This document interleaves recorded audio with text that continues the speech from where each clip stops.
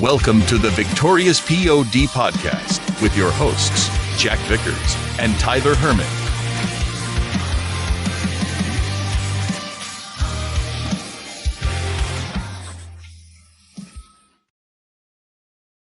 What up, Pod Squad? Welcome back to another edition. We made you wait longer the last 2 weeks, so this time we were like, you know what, let's wait 3 whole days and just come back again because we're so excited.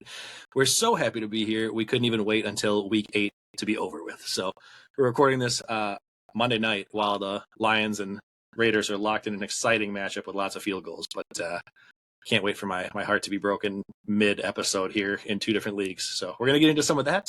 We're going to talk about Week 9's previews, even though the big analysts don't even have the previews out yet. That's how good we are. We're going to get into another Halloween-themed draft, this time best actual horror movies, which are Tyler's repertoire. So you can see he's very excited. For those of you listening on Spotify, he's not happy about this, but we'll cover that, and then we're going to discuss whether it happens every year. We talk about the Viking season being over, but usually it's not this soon. So we're going to get into that too. But first off, I'm going to shout out my co-host Tyler, who's back with me again, and he's going to tell me another cool thing that happened this week for him.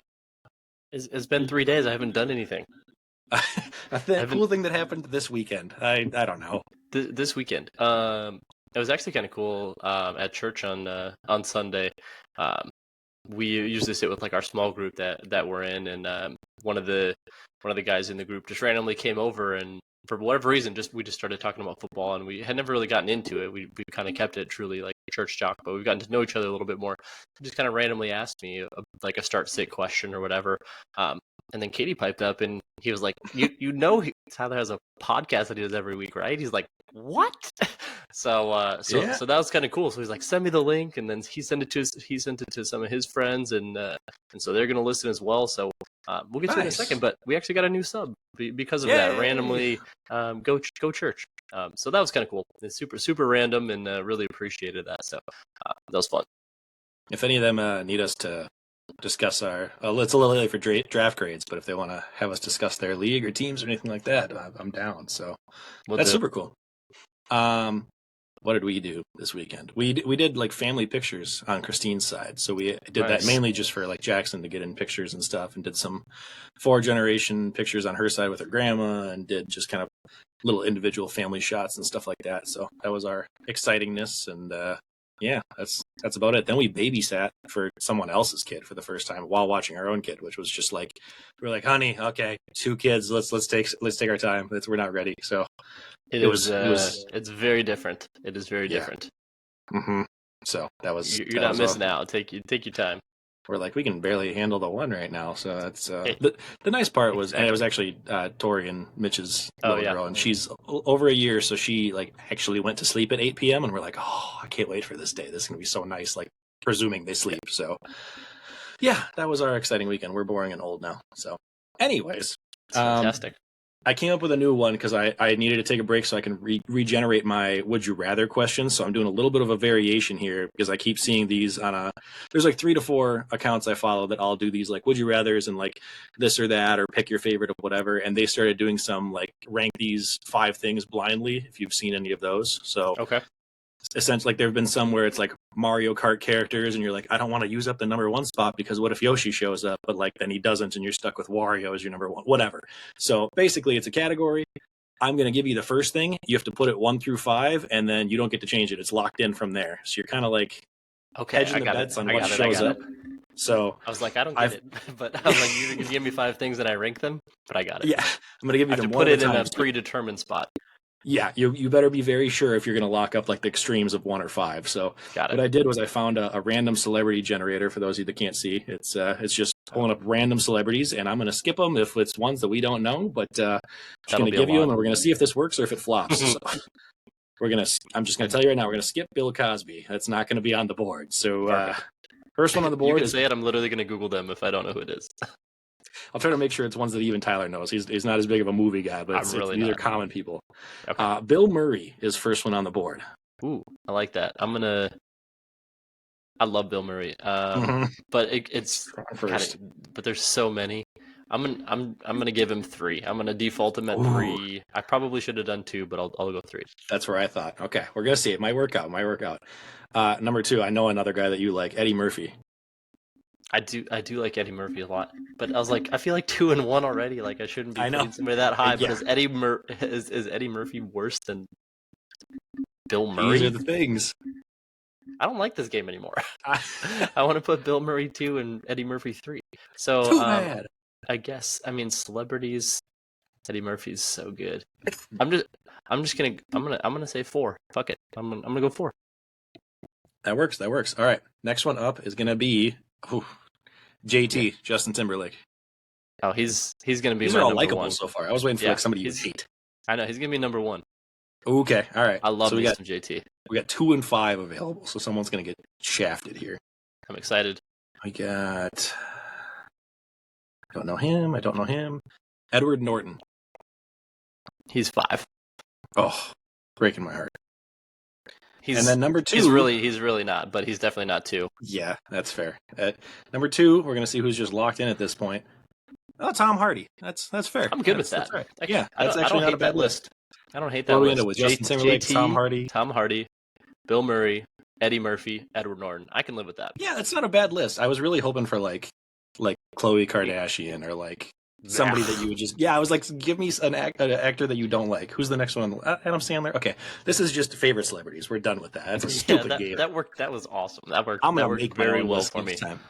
I do love Edward Norton though, so that would have been. He probably would have slid up to honestly probably 3, and I would have knocked Bill Murray and Eddie Murphy down.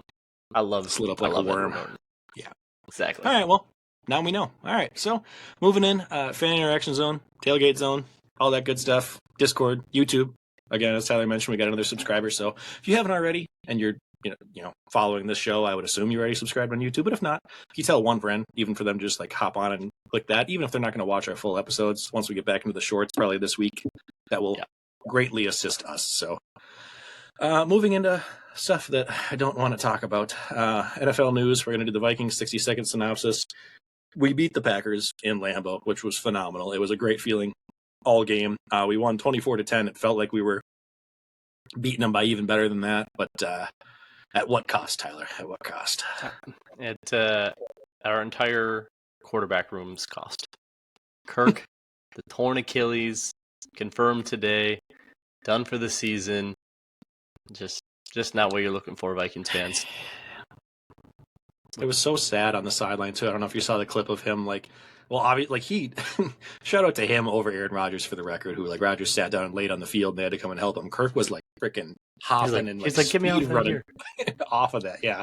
They were helping him up off the blue tent onto the cart, and he was like really grimacing in pain, and like a couple of guys came over and he was like doing like the head down and just like bummed and pissed and everything, and then he looks up the scoreboard and like some big play happened and he's like cheering and clapping and stuff. I'm like, you're such a good leader. Like he's such an underrated dude that everybody hates on, but he's such a good human being. And like he was playing MVP level this year. He was top 5 in like every statistical quarterback metric that mattered without our best player. Like it just makes me sad if it truly does end this way, because he's not under contract and they were already talking about moving on with like the cost not making sense. So like if this is how it ends, it really, really sucks, because he was playing lights out, and we were finally starting to believe we'd won the first 2 in this whole stretch here and felt like we could make a run. So it's makes me sad. That's all. I don't know. Exactly. It's just a tough way for it to end. So like at least the Jets fans know that Rodgers has the opportunity to apparently potentially come back this year, but to for sure have them next year, and to have that tenure with, there was certainly ebbs and flows with it, and it was a roller coaster of, man, we overpaid for this guy, man, that worked out. But if that's the way it ends, that's kind of brutal. But I just wanted him to have like one more shot, I guess, especially after he's done a few primetime games lately where he's kind of started to change that narrative of performing well and changing that, playing better. So I'm like, just give him one more chance in the playoffs. I know it was kind of an embarrassment with the Giants game last year, so I just wanted to see that for him. Will be interesting if we can kind of spin this into a, hey, come back for less money because injury discount now, or if he wants to like finish the story with us. But be curious to see where he goes somewhere else, because I think he's still got a lot of football left. So I would not be surprised for us to re-sign him and do some type of 1-year deal. That would not surprise me. I expect him to be back, honestly. More so now with the injuries. So I mean, exactly. maybe that works out. Even if we draft a quarterback this year and just have him for like 1 to 2 years and just I don't know. We'll see. But Yeah. as far as everybody else, we won't cover a ton of them, but it was pretty much copy and paste. Addison looked great. Addison made Jair Alexander look like garbage, which made me really happy because I'm so sick of hearing him talk in the press after every game. Even then, they were asking him about it, and he was like, "Well, the one play that he got the touchdown on, like they motioned, we just weren't like ready for it on the scheme." I'm like, "You fucking got burned. Like, why are we just glossing over this?" And so, Addison looked great. Always. Hopefully, we can keep letting him get some key snaps and touches if we can actually find somebody who gets him the ball. Hawkinson, KJ, solid. Addison, terrible. What else is new? We play the Falcons next. We play your Falcons, who are favored after the Kirk injury. So while we're still number 7 in the playoff spot, all these like next 4 to 5 winnable games we talked about last episode now look like so. We'll see. It's very up in the air, and this Falcons spread, like you said, opened at Falcons -3.5 again at Atlanta. It's already up to 4.5. So I'm like, they are really not fans in whoever we roll out there at quarterback. I saw a couple. There's no way they're true. I saw a couple Cardinals transitioning over to Clayton Tune. Now they said essentially Josh Dobbs' experiment is over. We're gonna see what we got in Clayton Tune if it's not Kyler. So everybody's like, oh, that means Josh Dobbs is going to Minnesota. I'm like, that sounds great, but there's no chance. Yeah. I'm like, for a bridge, I'm like, you gonna do a late round pick swap and we'll take Dobbs? Sure. I mean, he's gonna be better than what we got, but I'm like, if it was like a day 3 no thing, way. I'm in. But no, I'm not giving a 4th or a 3rd rounder personally. Yeah, exactly. So did you see this was the other one on Twitter today, which I don't know if it's legitimate, but there were people talking about the other most likely if we did trade for somebody was like a Jameis situation. Yeah, I'm like, again, if we give like a late pick, sure, let's give it a shot, but I'm not giving. I'd rather just roll with what we have and see how the rookie does and just so I love the rumor mills because they already said JJ was texting with Jameis and things like that. So I'm like, it's so funny. I'll be so curious to see how much of this is all true after tomorrow. Right. My guess is none of it. So quick. My guess is none of it. But it's always enjoyable to be like, we're getting Jameis. They've never talked. Like it's so good. Yeah, there were all the others too of like are we going to bring in Carson Wentz or Matt Ryan or Phillip Rivers and like, well, get Brady out of retirement. I'm like, none of these are happening. None of these make any sense to throw money at these guys just to tread water. So yeah. Did you see the other one? Just final. AP came out and said he could play better than like 10 or 15 running backs in the league, and I'm like, I don't know if I can ever argue against you with your genetics, but I just don't think so. I remembered him like the last couple of times he was playing games with the Saints and where he was in Washington at some point. And he just looked terrible in some of those. Yeah. So I don't know if I could name 5 that he'd do better than this year, but that's I don't either. Anyway. All right. Well, anyway, off of our Vikings tangent, that's shorter than normal for the record, people that are listening. That is true. That is true. We got it done with like 5 minutes instead of like 9 minutes last week. Yeah. It's just all depression.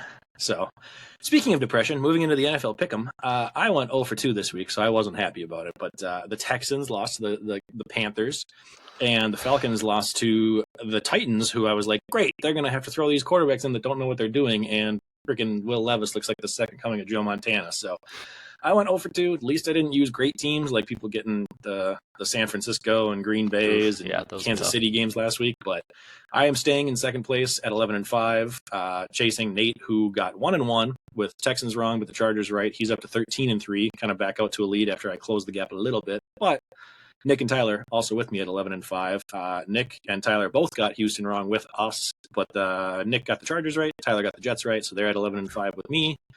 Connor has made a push lately. He's like 5 for 6 in his last 3 weeks here. So he had the Ravens correct last week, but he got Chicago wrong. Kind of a ballsy pick. So, I mean, you got to use him at some point. I get it. Max tied with him after going 2-0 last week, getting the Vikings correct, and then the Jets. Foster at 9-7, going 1-1 with the Falcons wrong with me, but then you got the Ravens right too. And then Joe, 7-9. Giants wrong, Chargers right. Yeah, hopefully you can break even at 500. So, on to week 8. Going into week 8, for myself, I'm going to take the Saints over the Bears. And then I hadn't used the Browns yet, so I don't feel great about it, but I feel a little better about it now that it might be Clayton Tune. Get Kyler back. Come on. I know, right? I'm just I'm jumping on the Cleveland defense train, if nothing else, keeping them in it. So, and then I'm gonna take the Browns over the Cardinals. So Saints and Browns for me. Jack's gonna go Saints as well, and then he's gonna go Indy over Carolina. we got friends in town. We're actually going to be at that game. We're actually going to the game next Sunday, so that should be fun. That's exciting. And Katie's friend is a Colts fan, so it was Colts Panthers in town, so it should be a fun. Do you guys Sunday. have Panthers jerseys? Either of you? Mm-hmm. Yeah, Katie's got a CMC. Katie's got a CMC jersey. Oh yeah, and, duh. Yeah. All right. Yeah. And then Nate is going to go Patriots over Washington. Kind of like that. After how brutal they've looked. And then he's going opposite you. He's going Carolina over Indy. That's a big one for the standings. I'm trying to gain a full game. It really is. Kind of why I picked the Colts this week. Yeah, it was a coin flip, and honestly, I almost went Colts as well before I loaded it, before I loaded it up, and I was like, well, I haven't used Cleveland, didn't really like it. Oh yeah, I didn't want the coin flip. I'm like, I'll take the coin flips later. I literally thought of picking Indy over Carolina and Carolina over Indy, and just taking my 1-1 and getting these two crap teams off the board. Big brain stuff that we talked about preseason. Mm-hmm. Connor is going Titans over Pitt on Thursday night, and then Bucks over Texans. That'd be an interesting one. Joe's going Falcons over Minnesota, Rams over Green Bay. Foster is going Colts over Carolina as well, and then Saints over Bears. Nick is going Falcons over Minnesota, Saints over Bears. Max going opposite. He's going Pitt over Tennessee, and he's with me, Browns over Arizona. Foster and I have the same two picks. I didn't realize that because I put them in opposite orders. Yeah. Oh yeah, you did. Yeah, that's right. But yeah, there's a lot of coin flip games this week. Like the Tennessee Pitt game scares me for both. Tampa Bay and Houston feel like the same exact type of teams. Atlanta, Minnesota could go either way. Rams and Green Bay could go either way. So yeah, it's not a lot of great ones. I was talking with a couple of the guys in the Pick'em group, but like all of the top teams this week also play other top teams. So it's, the Cowboys and Eagles, the Bills and Bengals, the Dolphins and Chiefs. So it's just like, well, you're not going to even take the sure things anymore because they're playing other sure things. So we'll see what happens. Yeah, so there's 14 games, I think, 13 or 14 if I'm just quick counting. And beyond the Vikings Falcons, which I think honestly the spread will close closer than the 4.5 it's at right now. But if we include that one, they've got 1, 2, 3, 4, 5, 6, 7, 8, 9, 10, 11 of the 14 games are at 3 or under. So yeah, that's a whole coin flip week, like essentially 2 weeks ago. Yikes. Well, that brings me to the Minnesota Sports season-long pick'em, which obviously it's not active yet because Week 8's not done. I don't even know how to begin to pick this week's matchups. It's not like I'm doing well anyways. Tyler's at 77, I'm at 75.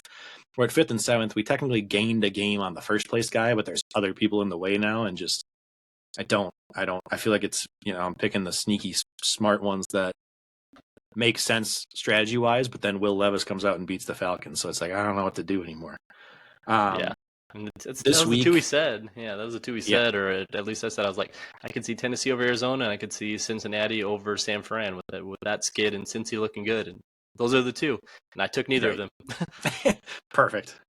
Really quick for this week's games, I haven't dived down into them a ton, but I'm just going to toss them out quickly. Yeah. As far as like the key ones, Titans and Steelers. With the Steelers at home, I will likely go Steelers. I just can't see Me too. Bananarama going crazy 2 weeks in a row, especially against a good defense versus the Falcons. That's the one that I think Steelers at home. Yeah. Dolphins and Chiefs. I gotta think that Patrick Mahomes bounces back, so I'm gonna go with the Chiefs, but I don't feel great either way because they've both got scary offenses. It's gonna be a fun game. The fact that it's in Germany and at 8:30 a.m. makes me sad. Because it would be nice to watch that in a primetime flex, but Seahawks, Ravens feel like the exact same two teams, but the Ravens feel like the most complete AFC team to me at the moment, so I'm going them, also at home.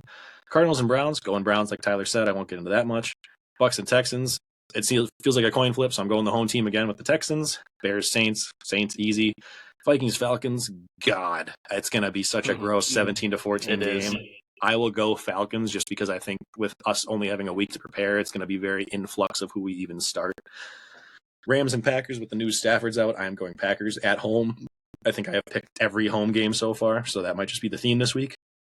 Commanders and Patriots, I'm actually not as confident in the pick'em one from earlier I think Connor took it. I'm going Commanders. I think Howell looked great last week, and I don't think anyone from the Patriots has looked great, so that's my pick there. I think the Colts will beat the at-home Panthers. I think the Raiders and Giants game is going to be gross, and I won't watch it, but I'm going to go Raiders.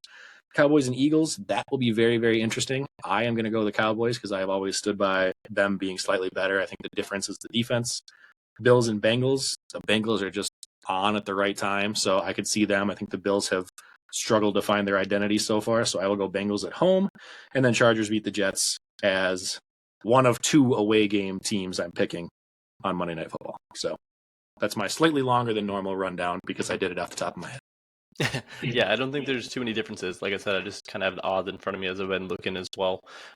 Nothing terribly different. Yeah, I'm probably with you on Texans over Bucks, which I'm sure a lot of people might be on the other side of it.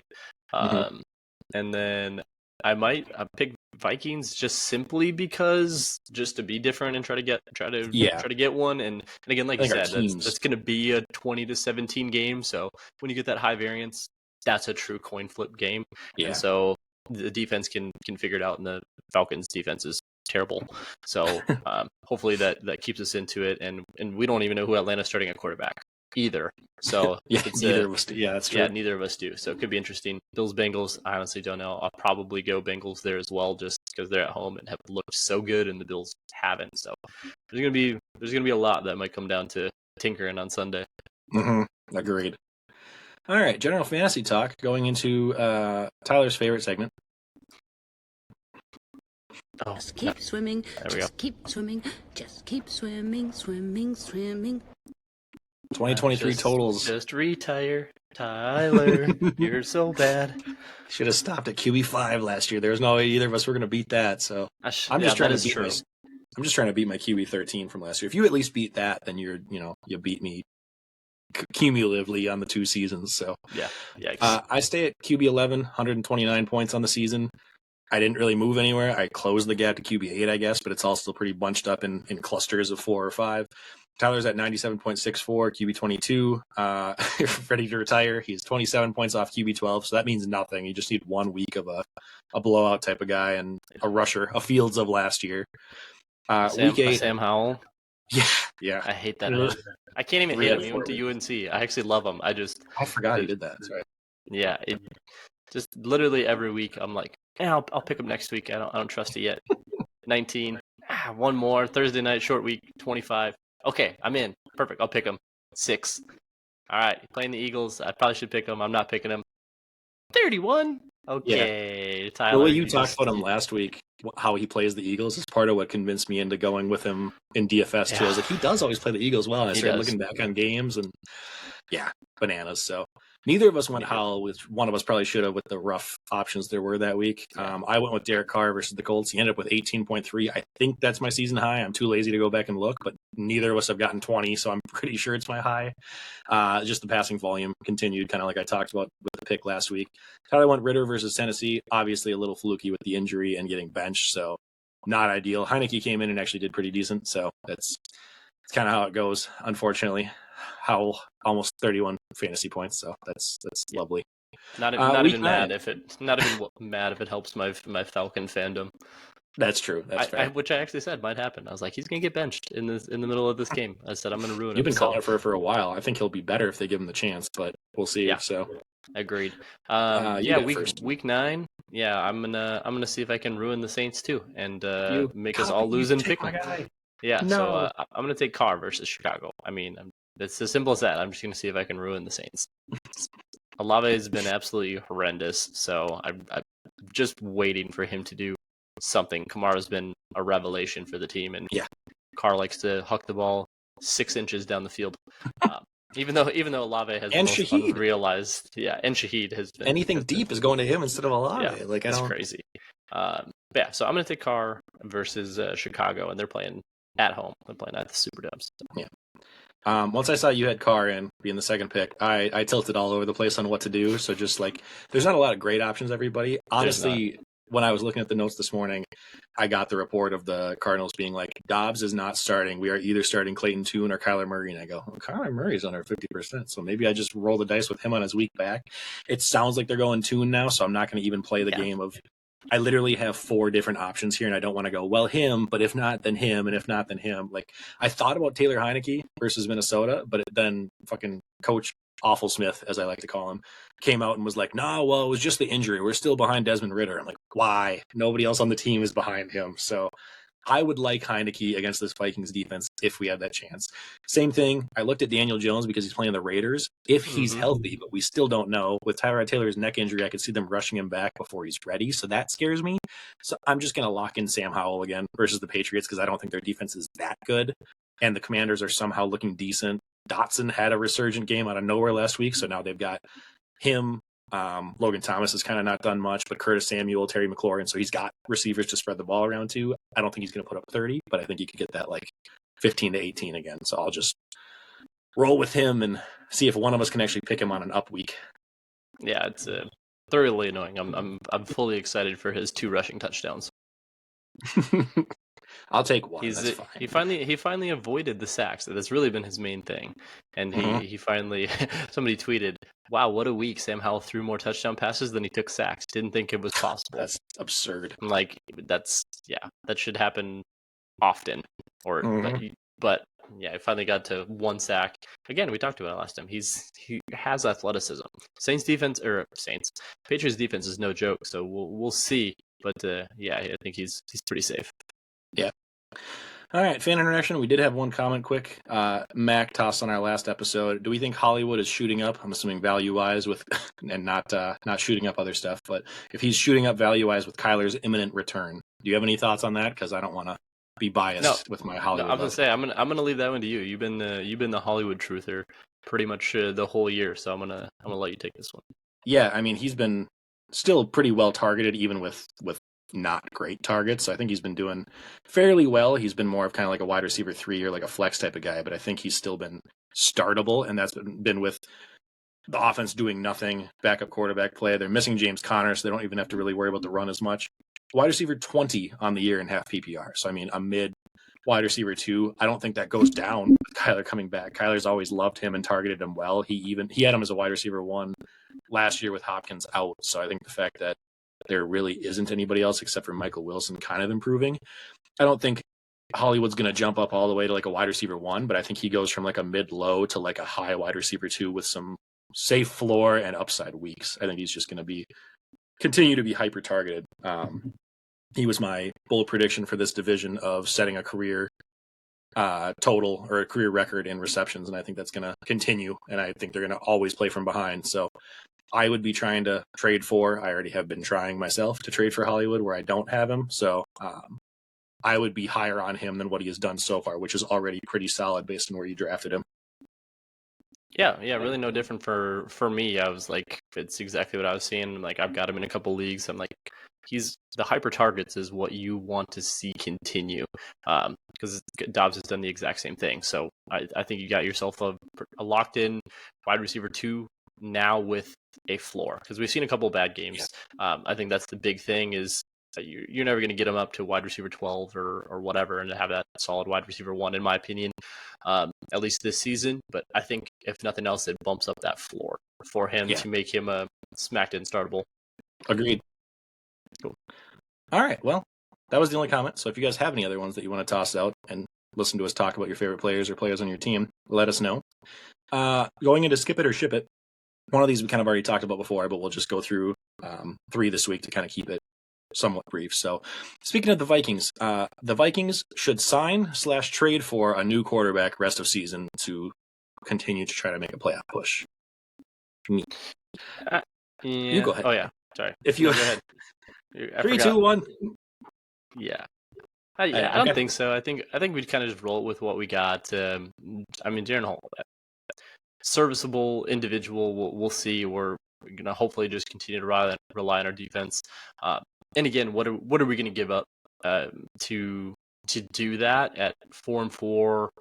I get we're still in the playoffs right now, but if we're honest with ourselves, it's kind of a how far are you really going to go? Great if you sneak in and enjoy your date with the first round 49ers or Lions or whatever. Yeah. Like, that doesn't sound like fun. So I think you just got to be honest and just say, even if we do make it to the playoffs and hit a 7 seed, how far are we really going to go? And I don't know that we have pieces that I'd want to give up to get a stopgap quarterback. Right. That's the thing, is I feel like we were already in that boat of let's move on from Cousins and just start the mini rebuild and like find a new quarterback and stuff. If that's what a lot of people I wasn't in that boat. But if that's what a lot of people's opinion already was, then why would that suddenly change to let's bring in a quarterback for 1 year? Like what? That's not going to do anything. I would rather just get Jaren Hall some snaps. I'm not saying he's the answer in any way, but let's find out if he can even be like a serviceable backup. He was very, very athletic in college. So, I mean, there's a chance for some upside there. And if you see like, hey, you got a kind of a mini diamond in the rough, maybe that changes based on what draft pick we end up having. If we don't quite get into that like top 5 to 7 range and we're more like 10 to 12, like we don't really have a chance with the top quarterbacks anyways. So then maybe we feel better with saying, you know what, let's go with Jaren Hall and then get a veteran kind of fill in at that point. But I would rather just see what we have with the rookie. It's unfortunate timing because it's right before the trade deadline. So I'm scared that we're going to be like end up feeling like we're pressured into making a move. But I would love to just see us stay put and just accept the season what it is. Ideally, at this point, like you said, I don't think we're a threat even if we somehow won some games. So ideally, I'm cool if Jaren Hall plays the rest of the way, or if we have Nick Mullins come in and do some games, whatever, too, and we just lose out. Great. Then at least we can look into next year and just figure it out. I mean, they were talking already, like we did the last couple episodes, where Justin Jefferson technically could come back in the next 2 weeks here. And like the initial thought was he's probably going to be out like 6 or so. But then with us winning, it was like, oh, do we rush him back? Like there's still no guarantee he comes back that early anyways. So now we're missing our 2 best offensive players. Like what's the goal of trying to win a couple of these that we could just lose and just kind of like, I'm not saying lose on purpose. We did that last week, but like, let's get some of these other guys the snaps that normally wouldn't if we're in like tight-knit games. Let's just get them some snaps and get them some experience and see what happens and kind of prepare for next year more. So, yeah. All right. Enough of that tangent once again with the Vikings. My bad. Number 2, the 49ers aren't a true threat in the NFC after the last 3 weeks of struggles. 1, 2, 3. Okay. Yeah, we both disagree. Yeah, still think they're a threat. Yeah, they're definitely a threat. And I mean, remember, they weren't fully healthy this game either. Debo out with his rib injuries. And Brock, we really didn't think was even going to clear concussion protocol. So you never really know. There's plenty of stats out there, and you can go look it up. I promise I'm not making this up. There's plenty of games with that lingering effects if somebody who comes back the first week tends to play more poorly than they do the second week after. So that's why a lot of individuals miss that first week, because there's a lot that goes into it, a lot of stuff. So them not fully healthy, that defense is always going to be legit. So Debo's a massive, massive weapon for them, and so versatile, being that Swiss Army knife for them. And a fully healthy Brock Purdy is going to keep them in contention for the NFC no matter what, as long as they stay healthy. The only thing to add on that for me, really quick, wrapping it up, is just that I think the NFC is so wide open at this point that's a big part. True. Is I don't think you can say that they're not a threat or they're out of it by any means, because there's no true, like the Eagles are on the top currently, but they haven't dominated like they did last year. The Lions are up there. The Cowboys are up there. Like there's several teams like those that could 4. make a push. Right. Yeah. So, and then lastly, really quick, based on the surprise signing out of nowhere today, the Bills signed Leonard Fournette. Fournette, fantasy-wise, will be a touchdown-dependent but fantasy-relevant player with the Bills rest of the season. 1, 2, 3. Yeah. I figured we'd split on that one. I don't know how to feel. I get it. And my only thought process with that is, obviously we'll see what the usage looks like, but Cook is such a adept pass catcher. That's a big part of Fournette's game. So if he's TD dependent, and he's not getting the receiving work as well, I don't know how he becomes fantasy relevant to feel comfortable playing as like a flex or even a second flex spot the rest of the season when you're already not getting a lot of the rushing attempts. So maybe he becomes the bruiser, but they still have Latavius Murray as well. Like I just don't know where he fits in enough beyond a depth piece. That's fair. Yeah, that probably leans me more to the no side now. But part of mine has kind of come from, I know they've started to use James Cook more recently, but for whatever reason, they're still continuing to kind of hang on, not giving him the bell cow like alpha role. And he is good in the receiving game, and he's good on the ground. He's good at the goal line. They're still like, no, let's find ways to get Latavius Murray in there. Yeah. So it's like, that makes me think that they're wanting to continue committee, and it scares me where it's going to turn into like a Zeke Ramondre situation where he's handcuffing or kneecapping him more than we thought he would. And I'm not going to ever start Fournette, but I could see it being where he gets like a touchdown and 30 to 40 yards here and there, and it's just stupid where standard scoring, he's somehow staying alive. So Yeah, I mean, as the obvious James Cook, my guy, truther, the entire year, I don't love it. yeah, no, I it's don't not like great to playoff see. Lenny on this team. I'm not a Correct. super fan of it. But yeah, it will be very interesting. But I don't know that there's enough volume there for him to be weekly relevant. But we'll see. Yeah. All right, moving into the unique leagues quickly. Bomb squads and butt cheeks. It's stupid. We're not going to ever talk about this league again. It's dumb. Tyler's team's 12-10. Mine are 9-13. Tyler's you're one game off the lead. Did Garlic not, or do we just not update it? Oh, maybe I might have missed Garlic because I think he went Okay. 3-0, so I think he's 16. He's 16. That's my Okay, fault. well, I was like, you're doing good. Never mind. I didn't do his. Walter stayed at 5-15, so I didn't really gain any games despite going 0-2 on the week. Tyler went 2-1. Yeah, it's not much great. we can do Hopefully the Raiders lose. I get another loss, but it doesn't matter if Walter stays ahead. So week 9 wise, my teams play Tampa Bay. Houston, Tampa Bay should be a coin flip. Raiders, Giants is a gross coin flip, and then Washington, New England is also a coin flip. So we're back to my bad teams playing other bad teams. So yeah, I mean, interesting on Buffalo, Cincinnati, Chargers, Jets on a Monday night away. We'll see, and then Cleveland, Arizona. So I would not be surprised to go 1-2. That's all tough. They're very evenly matched for each of our teams. Like whatever we are, we're playing the same. Yeah. Guillotine, holy thank Christ, I didn't have to wait to tonight to watch it. I made it to the lifeline where I was good. It was my first real scare on the season. We both are alive, so it seems like it's going to be, barring a Michael Mayer, it should be a big game for him. It's almost Halloween. It's Michael Myers, Michael Mayer. He should do well, but he's not. Mm-hmm. So barring that, it looks like Jordan's going to be the one cut. Sarah squeaking by just barely. I want Jordan to survive, but at the same time, I think his team looks more right for the picking with players, so I'm not hating that part. Jordan has Jonathan Taylor, Kenneth Walker, Jordan Addison, T. Higgins, and Tony Pollard, so lots of running backs, which is exciting for a change. We'll make official ones recapping it next week, but we'll see how those kind of end up. As far as big and notable bids, we didn't really put any more in there because we'd already discussed them last week. Nothing last minute that was sneaky added, but as far as our official, like, individual teams, I was completely bailed out by Gus Edwards scoring 3 different times on the ground, all within the 5-yard line. It was like I was projected to be the bottom 3, and then all of a sudden it was Gus Edwards scores again. Gus Edwards scores again. I'm like, oh, thank God. So looking ahead, I'm starting to try to do more of like the bye week looks ahead now for like discussing our teams. I don't have anyone on bye for week 9. I might be missing Darren Waller, which is scary because he left the game early, which is part of why I was down towards the bottom. He could be out extended time because it's kind of been a nagging thing. We'll see. Justin Fields and Kyron Williams sitting on my bench with IR statuses still. It's going to be needing some extra actual bench players pretty soon, so we'll see. I did pick up Romeo Dobbs just before the weekend, just as kind of a free guy, so not bad there.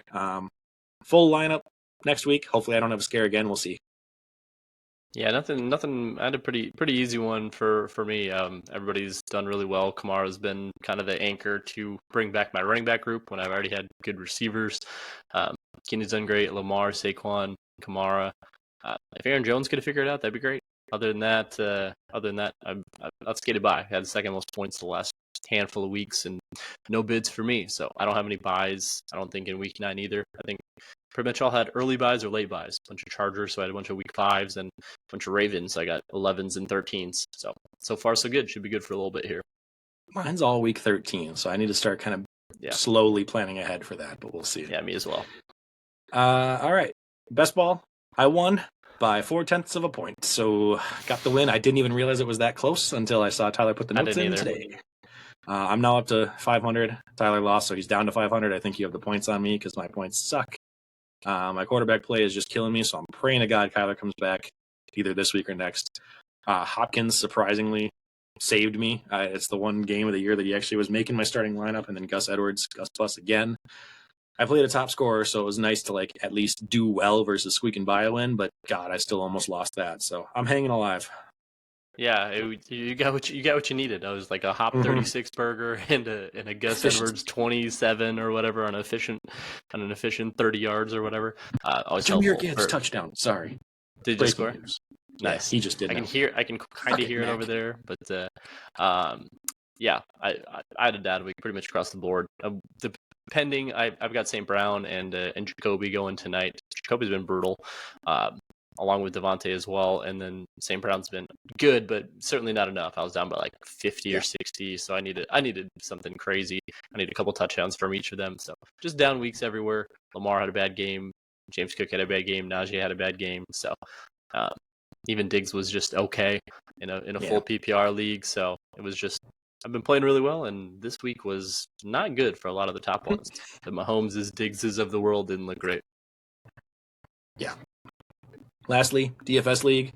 Top 3 teams get paid. Weekly challenge. All the people are added up week to week. The top 3 scores of the week. Finally, we make things right back in the world. I'm back on top. I had 178.88. Ben was almost like half the same lineup as me with 161.86. And then Nick with 151.96. So gained some points on a decent amount of people, with Ben being 17 and then the next one being 27, and then beyond that, 30 plus behind. So made up for a couple of rough weeks lately with an 8th and a 12th finish. But I didn't have a chance to edit the top 5 combined scores yet, so I will do that after to make sure we're current. I believe, based on what I was looking at, Tyler and Ben will still be in first and second because I didn't gain enough on Ben. I will easily move up into third over Ryan and Jordan, and I think they both stay 4th and 5th, with Nick a close 6th. Yes, I believe so. Based on my quick eyeballing, that's what I saw initially. So there's your top 5 still. Ben and myself slowly creeping on Tyler, but he's literally still got like a solid 60 to 70 points on me. So he's riding the high score despite a low this week. We'll see. Yeah. Top value picks of the week. Jack's picks here. Quarterback Sam Howell, 35 points with only a $5,200 budget. Gus Edwards, 29.4 on a $5,500 budget. Brees, I said all week he was super underpriced. You saw a lot of us top people have the same guy in our lineup, but $5,900 against the Giants, put up 21.3. DeAndre Hopkins, I don't know if I saw anybody in our challenge starting him, but $5,500, you would have gotten you 37.8. Rashid Shaheed, I don't have the stones to start him, but he got 27.3 on only $3,900. And then Trey McBride, I did start him. Tyler also started him, and I think Ben or Jordan might have as well, but 25.5 points for $2,800. I said it on the show last week and was like, it feels gross, but if you want to get a bunch of other big guys, I mean, he's the only one there, and he surpassed expectations. So we'll discuss a little bit more of that in the betting corner shortly, but for now, we got matchup recap. Yeah, going into Victoria's Secret, most of the matchups were pretty well decided. There's a couple that are still kind of on the fence going into Monday night, so we'll recap those a little bit later. For right now, nobody cares about this first one. Jack over myself. So I just had a terrible week with Mahomes and Kelsey being brutal, somehow losing to the Broncos in horrible fashion. The flu game, he is not Michael Jordan, apparently. Jordan over Alex, Ben over Foster. Most likely, Walters over Ryan. I haven't checked it since the game started, but they're projected relatively close. But I think Walters within 4 points of each other, but it's Walters now. It was to start too, so I figured that would be the likely outcome. Josh over Jay, and then Cassie over Glick. So, that one's going to be close. That's projected less than a point apart right now because Glick has Gibbs. Yeah, Cassie's done at 134.56. Yeah. Glick is at 128.96, but he has Gibbs with 23 points currently. So that's coming down to 0.8 point separation. So that'll be close. That'll be close. Yeah. So I went 0-2. Jack likely 2-0, or should be 2-0. I am now. Yeah. Oh yeah. Okay. So Ben, I did it all kind of. So it could be slightly different, but from what I came up with, Ben will jump back up to first. He's got the points tiebreaker over me. We'll both be 11-5. He'll be ahead of me by about 30 or 40 points. So I'll be in second. I'll be tied in second. Alex and Glick be at 10-6, and then Jack, Jordan, Foster, and Josh are all at 9-7. Jack and Jordan hold the points tiebreaker. Should hold the points tiebreaker for those final 2 playoff spots. So they'll be 5th and 6th respectively. Real quick, not gonna lie, but calling it early, my dark horse for the real championship threat is kind of Jordan now, because after his early start, that's what we said. We said if he could survive, and get there, which he really didn't survive, but then all of a sudden everybody else who needed to lose to kind of middle up the pack has done that, and his team has bounced back in a big way. He's got JT and Brees, and he got those obviously at discount, and his receivers were amazing and coming around. He's got Waddle and Jamar Chase and Josh Allen. So yeah, He's not everybody's healthy and playing. Obviously, the biggest risk for him was JT, whether he'd ever play a snap again. And he's back, and he's like, "Oh yeah, by the way, I'm still JT." So we all missed that boat, or we didn't take the risk, and he did. Yeah, kudos to him having the stones to do that, because it's looking like he's going to easily make the playoffs now. So scary. I'm just trying to hold on. I'm just going up and down to right above 500 every week. So now next week I'll go back to 9-9, and here we are. So. Yeah, I just go as Mahomes and Kelsey go. That's all. That's what I do here, which isn't a bad thing to rely on. The 1 week I had to play you, thank God it timed out with that, because luckily that's the thing is last week my team put like up 80 points, and the previous it was 120, and then it was down to 70, and now here I am putting up 130. Like my team's the most spiky of anybody. It could happen every week, but yeah. All right, going into Dynasty. I'll let Tyler go through his two teams first. Yeah, in DFB, so I won. Shouldn't have, but I played Walters, who's thankfully tanking. So he scored like 50-something, 57 or something like that. So my team did crappy. So I think I scored like 89 or something. But thankfully, I will take the win. So I'll move up to 4-4, be right on the brink of playoffs, but likely slightly out of it. Taco, my team decided to go bananas, put up like 124. Not exactly what I'm looking for when I'm trying to tank and trying to have the least points for. But it turns out Taysom Hill is apparently QB like 7. So super interesting. Jack in DFB likely win, I think, but still open. Not anymore. It's not a likely win. Anymore. I couldn't see. I'm up by 1.5 points with a quarter to play. So I forgot Laporta. Yeah, because Laporta needed 12.5 to pass you. Yeah, I'm up by 1.5. Ooh, baby, it'll be close. A full quarter. It'll be 4-4 or 5-3. And Taco, you've got that one as well. So coming down a close one to Mac. I think the Gibbs one probably put that away not for anymore. You. Yeah, put that away. That's a big one. Yeah, so Gibbs versus Jacoby and Jacobs essentially. They're projected like 0. Yeah, currently. So crazy. Just fun aside on one of mine. Full PPR league. I have Devontae and Jacoby, and I was down by 10 coming into today, and I might not win. Full PPR, down by 10 points. How is that possible? Oh, no. They're done, and I needed 10 total full PPR points from Devontae and Jacoby, and I'm likely going to lose. How is that a thing? Yeah, Jacoby doesn't even have a target so far, and Devontae has 5 that have resulted in 1 catch, so I don't know how that's possible. Yep. All right. Fantasy. Well, moving into the ad/drop it like it's hot, real quick, just a couple of targets since we're actually recording before waivers run for a change. Quarterbacks, Will Levis, 1% owned. Go grab him because they might just let him start the rest of the season. Bryce Young, 10%. I only say him because he's got 2 weak teams the next 2 weeks. Running backs, Zach Charbonnet at 30%. Kenneth Walker has played, but he's continued to be injured, and Charbonnet's snaps are going up. And then Devin Singletary, 33%. He's got 10 or more touches the last 2 weeks in a row. Wide receivers, Rashid Shaheed, 18%. I'm shocked it's still this low. He's increasing his role week to week, so I think it can continue to be a flex guy for you. Jonathan Mingo, surprisingly, ran as many routes as Adam Thielen and DJ Chark did. So he may be already passing Chark as the number 2 in Carolina. He's only 8% owned, so he's worth a stash. And then lastly, my sneaky one, Marvin Mims. On the chance in the next day here that Sutton or Judy gets traded, because they've been talking about both of them, Mims has already been doing well. So if he all of a sudden is the number 2 and getting all the routes, that could be very sneaky. Lastly, tight end wise, Taysom Hill, 14%. He's very unpredictable, and it's tough to start in a redraft league. But he's got 12 or more points in the last 3 games, so might be worth a gamble if your tight end sucks. Otherwise, go and get Trey McBride, who's only 8% owned.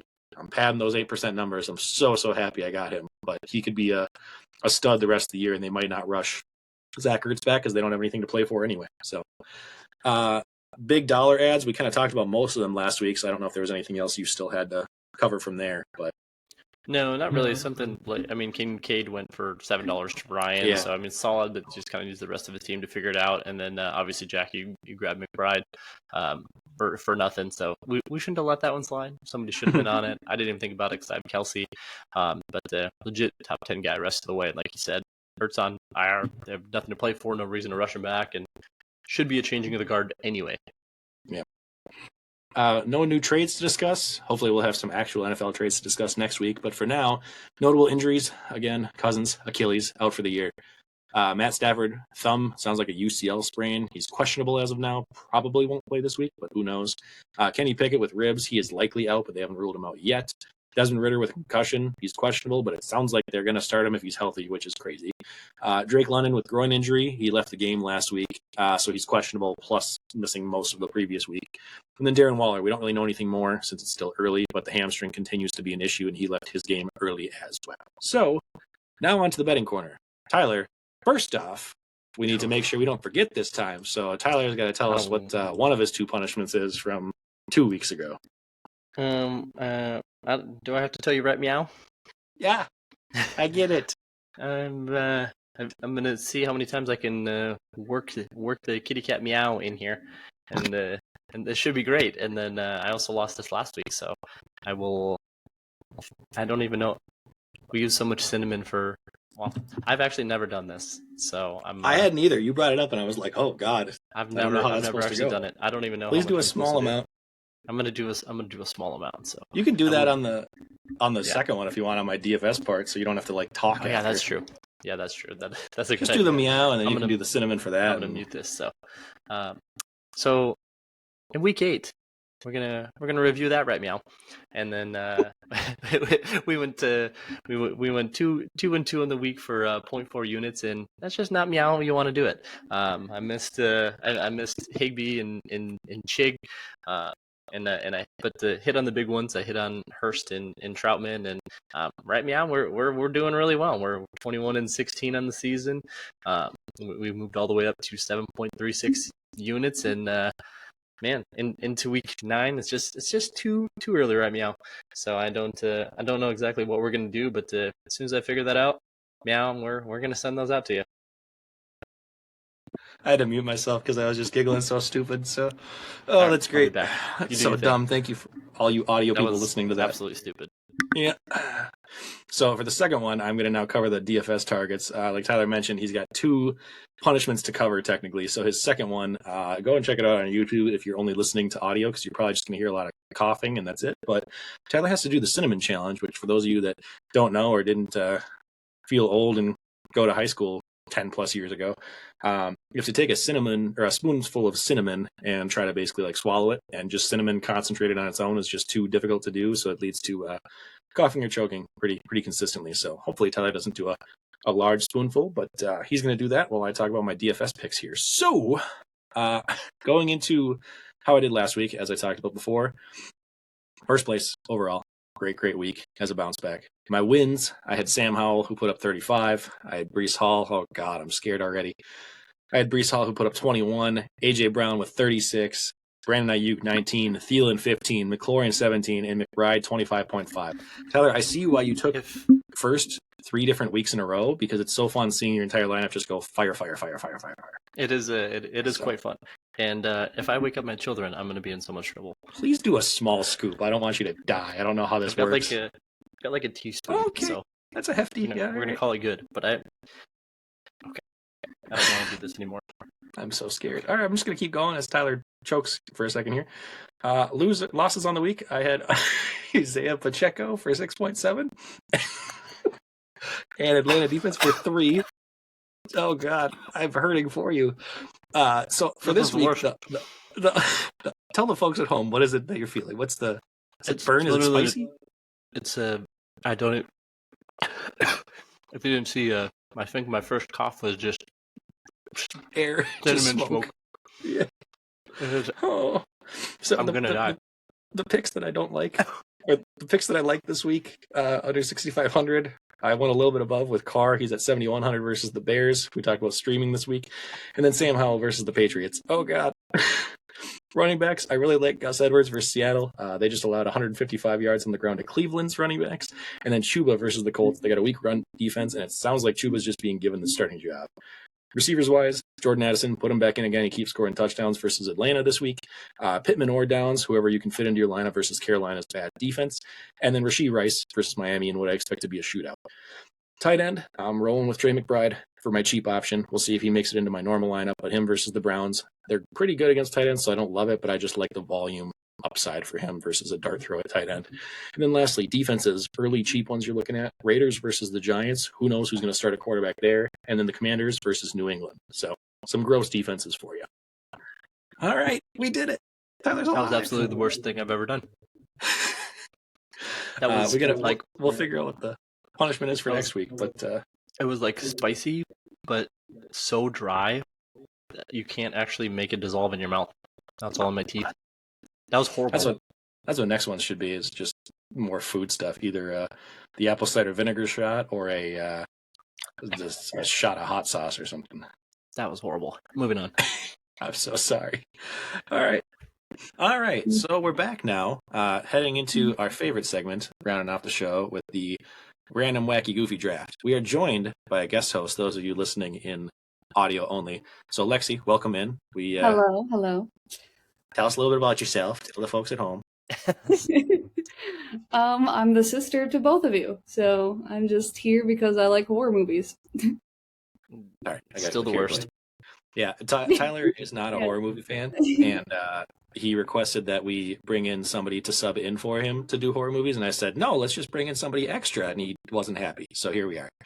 So now I've had to look at horror movies and pretend I've ever seen any of them. For the first And time. the answer is none. That's good. Just go based off the covers and you'll be all right. You probably get I it. don't want to look at the covers.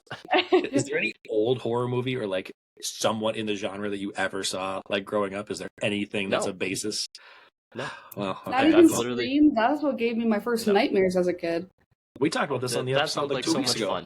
That's the first time I watched those movies like straight through. So anyways, I've seen a few of them. I've seen some of the bigger name ones. I've seen The Exorcist. I've seen things like that, but they're all. Yeah, no, don't do that. I have to go to bed very shortly. Yeah. Luckily, it's only 8 o'clock here, so. It is literally 11 o'clock, and I'm very tired. That's you almost at the witching disgusting. hour. Perfect. Well, so how this works, Lexi and the folks at home, because we don't usually have 3 people, we did a random number, and our guest of honor gets to go first. So how that works is she's going to go number 1, and then I will go number 2, and then Tyler gets 3. And we snake draft this, so Tyler gets then 4, and then I go 5, and then 6, and you will get back to back, and we'll just keep snaking until we get through all 10 rounds of this, right, Tyler? 1 round, perfect. One and top done. pick. So I should have asked Now we this, get, like, you guys. 4, Are we? I guess. Or just should have clarified. We are doing just best horror movies, whatever that means. It's not necessarily the most scary. It's just going to be what people vote on, and we're gonna see what our team ends up with. So, without further ado, Lexi, feel free to make your pick and/or say a short amount of why you're picking it 101.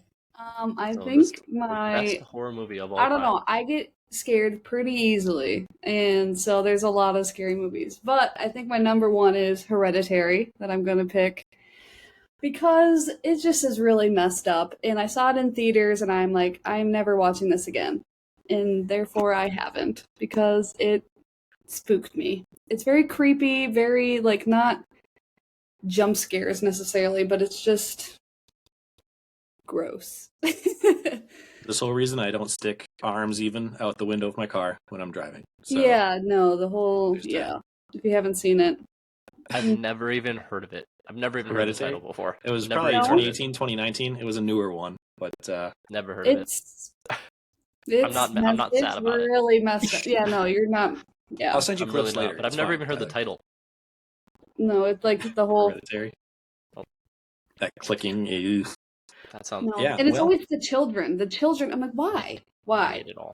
It's got a little bit of satanic, a little That's bit. why of if cult, a I little have bit of children, possession. I'm gonna It's, be like, if they start looking at the side of a something. Nope.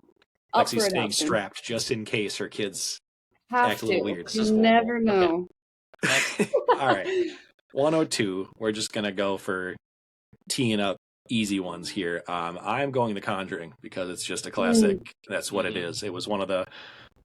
Once you got out of the old school ones, I feel like there was a period where there were just crappy horror movies for a long time, and then the past like 10 to 15 years, it was one of the first ones where it was like, boom, horror's back. Tons of people like that. That's kind of the iconic one you think of. It spawned the Annabelle series. It was the Ed and Lorraine Warren that were a true story, like ghost and possession hunters. So Conjuring, 102. Tyler's like, no, I'm none like, of Tyler's that. heard of The Conjuring at least, I'm assuming. Well, Oh, yeah, I but have. I was like, Tyler, you get Yeah, to I pick have that two on my of these. list. I So get you made me. two. That was like my number 2 or 3, I think. Yeah, Hereditary was like my Perfect. number 12. So yeah, totally. No, whatever. guess- Well, you can have I guess what I know you're gonna pick. I guess I have to take the only movie of this list that I've seen and take The Exorcist. I mean, I have There to. you go. Okay. It's the only one I've seen, and if There you go. I get another one, I'm definitely gonna take Nightmare on Elm Street because I don't ever want to sleep again, and that song is the creepiest thing that's ever happened. Oh yeah. So The 1-2 phrase coming for you. No thanks. yeah, Okay. that's horrendous, and I enjoy my sleep, Yeah, even though I this don't get any song- with kids Yeah, and a dog. I'll try not but, to sing it while you have yeah. to go to bed after this. Yeah, I exactly. But not from my I'll take head. those two. I know Sleep there's again. other ones higher on a all-time horror movies list, but that is the creepiest song sung by a child, and I'm out. Tyler's he's going hard for the boomer horror movie vote right now. 100%. Let me tell you. I don't know. I got don't a know couple any other classics on movies. here. I am back on the board, and I already kind of know Lexi's experience and how her board is going to shake out too. So based on that, I am going to go probably the one that I personally think is the most scary, but I'm also a big jump scare guy. Like I like horror movies, I like jump scares, I like that. I think one of the ones that actually scared me the first time I saw it and still gets me in certain scenes. You people know what scenes I'm talking about. I'm going Insidious with number 2. You son of a. I've heard of it, Yeah. and I've heard That's nothing mine. about it. I remember watching it for the first time, I think with Cody in my mom's basement, and he was like, I'm never sleeping again. And then we left Joey down there and flipped the lights off at the scary part, and that yells echoed through the house, and it is the jump scare movie of all horror movies, so that's my pick. Oh, shoot. That was going to be mine. I figured Well, that's hold why I was on. going. Okay. You tune, Alex. Okay. I'm gonna pick a classic one, The Shining, just because it's an OG. Gotta pick it, gotta have it on there. I like it. I think that's just what kind of started the whole shebang. Yep. Who knows? I could be wrong. I don't know. No, But it's one of the Johnny, originals. here's Johnny. That's just a classic Yeah. saying. Everyone knows it, even if you haven't seen it. And then my next one I would pick would be, okay, Jack, you could let me know if this is more thriller or not, but Saw. I love Saw. Oh yeah, it's horror. That's 100%. It's horror? Yeah. Okay, I'm I've picking seen Saw because I I've seen love like all the 3 Saw of the movies. Saws. Seesaw? Yeah, Seesaw. Real quick on Saw. The first one is so good because of the mind Facts. fuck that it does, and the rest are just like, let's see how gross we can make it to show you how we Yeah, kill people. no, The it first does one get was pretty Yeah, gross. good. it wasn't. Yeah. Yeah, it wasn't that scary for like if I could watch it, it wasn't Yeah. that scary. It was Yeah. more a mind fuck than anything else. But it's just really good. And the fact It is that I could get in a whole thing with him and be like, he's not really doing anything illegal. They went in there. I Well, mean, other than the chained him up part, but And chinning them up, kidnapping them with He had 'em- chloroform. he had 'em- Okay, he had 'em well, chained yeah, by the but ankles to the there's- floor. yeah, you're right. I take Beyond that that, back. though, Beyond that, who hasn't well, done they one shouldn't with be bad kidnapping? people. They shouldn't do bad things. That's my favorite part. I is mean, the- fair yeah, enough. Most people are so ungrateful to be alive. That whole thing is really Yeah. I get it. I can count on like one hand the number of movies, not just horror, but like moments in movies that like stuck with me more than that moment where he just got up off the floor and he just walked Yeah. out and was like, he's That been was here the crazy. whole time. That just is so impactful where I'm like, I felt so stupid not catching it. So love that. That was gonna be my next one. I have a lot of ones I want to go with, but I'm confident a few of them will get back post Tyler. So with my Facts. third pick, I am gonna go with, and I guess I'm going more of the new age ones, but I'm gonna go with another one that's, and I guess Lexi, you can also veto if this is more thriller than horror, but the directing debut of Jordan Peele, I'm going with Get Out as my third pick. If Tyler has heard of that one? I have heard of that one. That one was another mind fuck one where it was Yeah, kind I'll of take twisty. it because, yeah, Super, super good. Really rewatchable. that is a good movie. More of a slow burn kind of build I thing, just but saw the second one to it not that long ago. Yeah, I mean, I'm kind of surprised we've gotten this far without literally tomorrow being Halloween. I don't know how nobody has picked Halloween and anything that has to do with Michael Myers. I mean, I get all of them, all 647 iterations of them. So, I mean, I guess I just have to take Halloween. Well, it was earlier than 1990, so I felt wrong picking it when you had Exorcist and Freddy Krueger over there. So That's right. So I was like, That any wasn't even human on my list, so I don't think I've ever seen it, which surprises me. Yeah, I know. That's kind of Michael crazy. Myers is like, if we were picking like best villains or best horror movie characters, Michael Yes. Myers is 101 to me because he just doesn't stop and he has no Yeah. emotion, and he just walks, but he's somehow faster than everybody. He's like I the know. original like. I see serial all those killer. TikToks where they try to get into their door and they never can. Yeah, you can't. Yeah. And he's so huge. All right, Yeah, which other 1940s movie are you picking? Just kidding. Hey, watch me win this just because I said You probably right will. on the top. I probably told will. I texted her, I was like, you're probably gonna I win know. it somehow. Because we're going for like And our I'm personal gonna lose favorites, it and on other this people are gonna one be like, Right. And again, so I'm gonna pick really the only probably other horror movie that I've actually seen. It's not even a horror movie, but it's such a good series, and I've actually seen all of them. I really actually enjoyed the Paranormal Activity movies. So yeah, we talked about this last week on the show. Not too, a but I horror figured you movie. would. Scariest horror movies, not a horror movie at all. But I'm gonna take it only because I've seen it. So I'll stay true to myself because there's plenty of scarier movies out there, horror movies, not even close to. Those a horror ones movie, still but I'm scare gonna me. take it. Yep, Those ones still scare me. Have you seen like most of them? I've seen all of them. Oh shit! Okay, whichever one it was, either 3 or 4, but the one where they were which is a big mistake. Oh, either God. 3 or 4. The one where it was like it ended up being the kid across the street instead of the one that was in the house. That one was the scariest to me because the ending where it's like Katie is running down the hallway at him, and she had to climb out the window, and then there's the cult of witches just around. I lost it. So anyway, I don't like any of this. That was the last one. I'm done now. Get me going. I might There's watch my- one before there's bed. my We'll 4. see. That sounds horrible. To round out the first half of my draft, because we're of course doing 8 rounds. To round off my last pick, I have so many like personal and like cult favorites of mine, but as far as just like horror movie impact in general, There's so many. I am between 2, and I'm I gonna hope you take don't pick one. mine. I'm probably not gonna because I know you won't pick this one, and I just feel sad if it's not on the list. So Fair. I will go With a pick I know of a I'm movie tilting.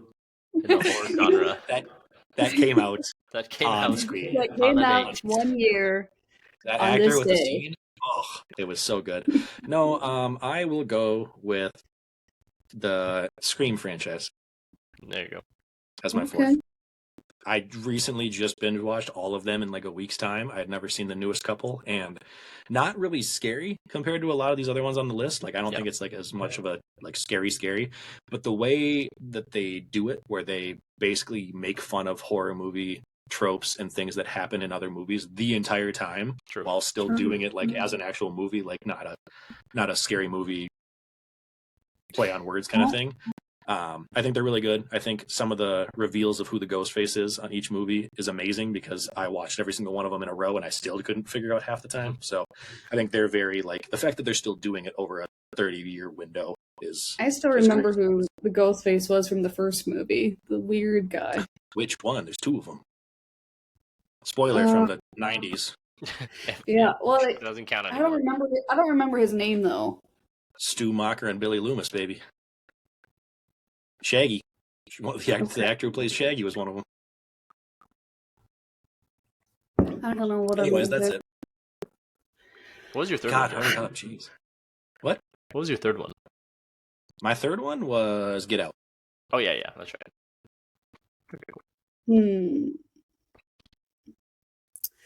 I'm gonna go with. What you said? I hope you don't take mine. I thought you had one queued up, ready to go. Right. Well, because you were talking more like culty type stuff, so I thought you were gonna pick the one that I had, but then you didn't. So no. But then I'm like looking at my other ones. I'm like, oh man, there's other good ones though. So don't worry, we'll get to them bonus. We will get to name them all at the end. So yeah, I'm going to pick Midsummer. Still haven't seen that, but I've heard it's very good. It's Midsummer. Like SOM. It's very culty, very sacrilegious, very. It's in. Where is it in? Like the Netherlands or Norway or Sweden? Yeah, it's a very pretty place, but really messed up. Yeah. That one is another one that I will not watch again. I watched it once and I'm like, I'm good. It's very brutal. Never heard of it. Well, Yeah. Tyler, I know you had a ton that you were just itching to pick. So what else was left on your list by the end? The only other two that I even had that, if I just said horror movies that came to my mind that we hadn't said, was Poltergeist and The Omen. So the only other two from, again, 1492. I have seen Poltergeist. That was actually I good don't- for being an older movie. Yeah, it was good. I don't think I've seen that one. Also, I've also seen that. I've seen more than I think I have, but they're all horrible, and I've seen them all one time. That's enough. One and done. That's all you need. Lexi, what else did you have that you were debating between? Well, I had a lot of them. Okay, so one when I was talking to you, Jack, about like one that isn't scary, but just good plot that I've seen multiple times is Hush. I think that's on my a good list. movie. Yeah, I think it's like scary. that movie. It's scary because it's Tyler. Long story short, it's a deaf and mute girl who basically has a home invasion thing happening. Like a killer is trying to break in, and she doesn't know he's behind her. So every scene is just like her doing her normal thing, and he just walks in the background, and it's just the worst kind of thing ever. So for a while, That's he was horrendous. just standing at the window, like trying to scare her, get her attention, but Yeah. she can't hear her. So then he's like, "Okay, well, Yeah. I guess I'm just gonna go in." Just gonna go she's in. getting texts of like herself through the window with him right behind her, kind of thing, and then she turns, he's not there because he can just move wherever he wants, and she can't hear him. That's terrifying. Yeah, it's a whole thing. Yeah, it's good. I almost took It instead of Scream, but I think Scream is just more known cult following overall. Following. Going way back, my oldest one on the list, I had the Blair Witch Project because I saw that when I was 8. I also had At that a one. cabin with my dad. It was a I've cabin in seen the middle of that. the nowhere, and it was freaking terrible. Yeah. Anytime, I had a buddy who saw it too, and he would literally like, I'd come back into a room, and he would just be standing in the corner and on purpose waiting for me, and I'm like, I'm going to hit you because I don't know. I'm gonna punch you in the throat, and I'm not gonna feel bad. And then there was The Ring. I had Alien. Ooh, I forgot about The Ring. The Descent is terrifying if you're claustrophobic at all. It's like down into like mines and caves underground, and there's I think I've seen things that. down there. And then Sinister is my last one. I had Sinister, and I had the Blair Witch Project. So those were the two that I had. Lots of picks. So really quick. I'm surprised you didn't watch It Follows. I thought you liked that movie. Yeah. There's the whole like you gotta have sex to pass it along thing that was kind of weird, but like the not seeing them coming part was really cool. Yeah. So rounding them out really quick, I had The Conjuring, Insidious, Get Out, and the Scream franchise. I don't know. Mm-hmm. Yeah, I got Exorcist and Nightmare on Elm Street, Halloween, and Paranormal Activity. So if nothing else, very well known names. We're gonna go with that. We're gonna go with name recognition. I forgot what I said. I forgot what I said. I said Hereditary, The Shining. The Shining, Saw, and Midsommar. I think those are pretty solid. That's pretty solid, yeah. Winning, Saw's a strong. I hope so. That would be exciting Never to even find heard out. of the Now two I'm end now ones. I'm gonna want people to vote because I always vote when you guys post it. Hey, Yeah, I was gonna say, I'll post one these all Tyler week. said. I was like, we do this every week for an hour and a half, and then we get 2 votes for like, why do we even do this sometimes? So yeah, now you can see now you can see the investment, and you've only been here for 17 minutes. You're right. Yeah. Like, I will come on, post guys, it's them not that hard. tomorrow once they go live, and then like Tyler usually shares my status, so then just share it yours too, and be like, "Hey, everybody, go vote. One of these teams is mine," and then we can get your friends in on stuff. Fun. So. I hope I win. I hope you don't. Well, really, I just hope Tyler doesn't, because then it just seems like a slap in the face to this category I love. I'll be like, I wasn't in it. I didn't play. Tyler's gonna call every parent and grandparent he knows and be like, "Remember The Exorcist? Go vote for me." Yeah, Halloween. That's a classic. It's Halloween today, guys. That's what I'm saying. That's true. I have to post the poll on Halloween, so this might be a problem. Yep. Yeah. So I feel like next week's topic. Yeah, for sure. Yeah. Next week's topic, I am giving Tyler 2 picks as always, but we're either going to do best trios or best fictional vehicles. Definitely from fictional movies or vehicles. TV shows. I figured. All right. No Best question. fictional vehicles, whatever that means to you. I think Tyler gets the first pick because technically he should have had it this week, but it didn't happen. So that's that. It's already over. Tyler, that's all we got. So you can send us off after this long episode. All right. Well, I'm sorry you guys had to listen to horror things. That was absolutely the worst. You're welcome. But appreciate you guys sticking with us. It's fun as always. Appreciate all the new subscribers, all the interaction on YouTubes and whatnot. Now that we're early in the week, we'll get some shorts out this week. Get some QB streamers out there, some of our picks, some of our bets, and blah blah blah. We'll do those as as lines start to come out Thursday and Friday. Shout out to all the friends of the show, Minnesota Sports. Again, promise we'll get to you guys. So appreciate all the shout outs. ADH Dads, Game Boys, another couple awesome things on YouTube. If just like general dad talk and or video game reviews is Game Boys. Find us on Discord, youtube.com/@thevictoriouspod. Hit that like button, hit that follow button, subscribe button, whatever the buttons are nowadays on all the fun social media. But appreciate everyone listening as always. Peace out, Pod Squad. Bye. Bye. Thank you for listening to the Victorious POD podcast. Follow us on YouTube at the Victorious POD.